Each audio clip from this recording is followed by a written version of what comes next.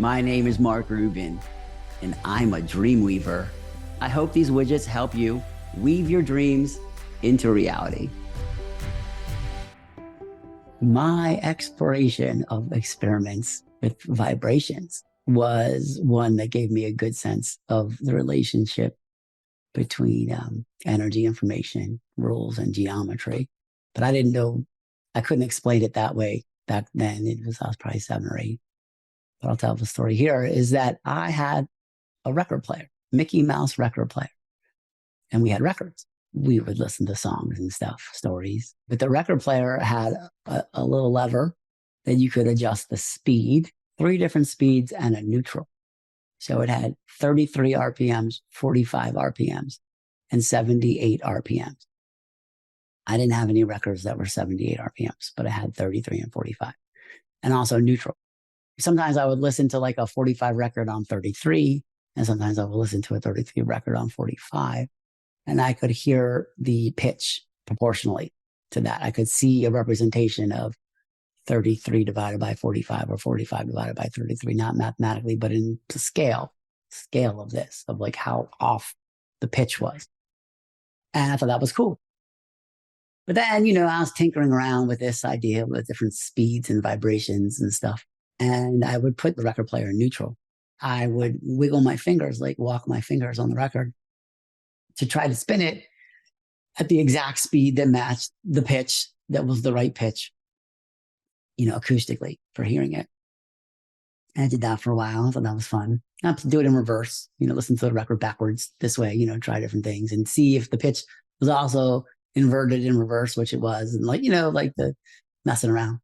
But what I noticed was if I walked my fingers on the record at the place where the needle met the record, that the speed I had to wiggle my fingers changed as I went from the outer rim of the record to the inner rim of the record, because the record on the outside is one like record perimeter length, and this and the perimeter on the inner part of the record is smaller. I was like imagining this, modeling this in my way, and I realized that from the perspective of the needle, the speed of the record changes from the outer rim to the inner part of the grooves because it's traveling. Let's just throw out some numbers. I don't know how big records are, but I'll just do it in feet. Let's call it 12 inches around on the circumference of this thing, on the outer, 3 inches in the middle. So if it's going one time around a second, it's going from like 12 inches a second to 3 inches a second from the perspective of the needle. Those numbers are not right, and there's different kinds of records. So I was wondering if the speed of the needle is changing relative to the record, why doesn't the pitch change?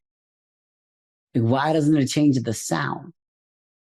Because it's going faster on the outer part and slower on the inner part. Wouldn't the pitch change? It was confusing. I was confused. I was like, what is this magical scenario? And I thought about it for like days. I was like, how is it possible that this can happen? I was so confused. And I took the record player apart. I thought the only answer I could think was like somehow inside the record player, there was like a way to compensate an inverse situation of like a reverse record going the other way, that when like multiplied or added together, rebalanced the speeds. I couldn't figure it out. I was like coils of things. Like I didn't know. I didn't find anything that would indicate that. So I put it back together and I'm looking at it. And I thought about it for a long time, days. I was dream about it. What I realized is the spacing of the grooves on the record changes. It's the information structure that's changing on the record. So the speed is the same, but the density of the information, the amount of information, the spacing between the grooves is changing from the outer edge of the record to the inner edge of the record. And that compensates, or to put it a different way, the structure of the record is designed to compensate for this situation. And what I learned is that energy and information are related through geometry, and that there's a way to structure information storage, the grooves in the record, in a way to compensate for changes in velocity. And I guess philosophically, this idea comes into play later with my energy transfer models and relating the potential energy by putting a marble up on a ramp with the number of dominoes that gets knocked over, which is the information structure, and also the rules, which have to do with the curvature of the ramp. And those three things are related in a model.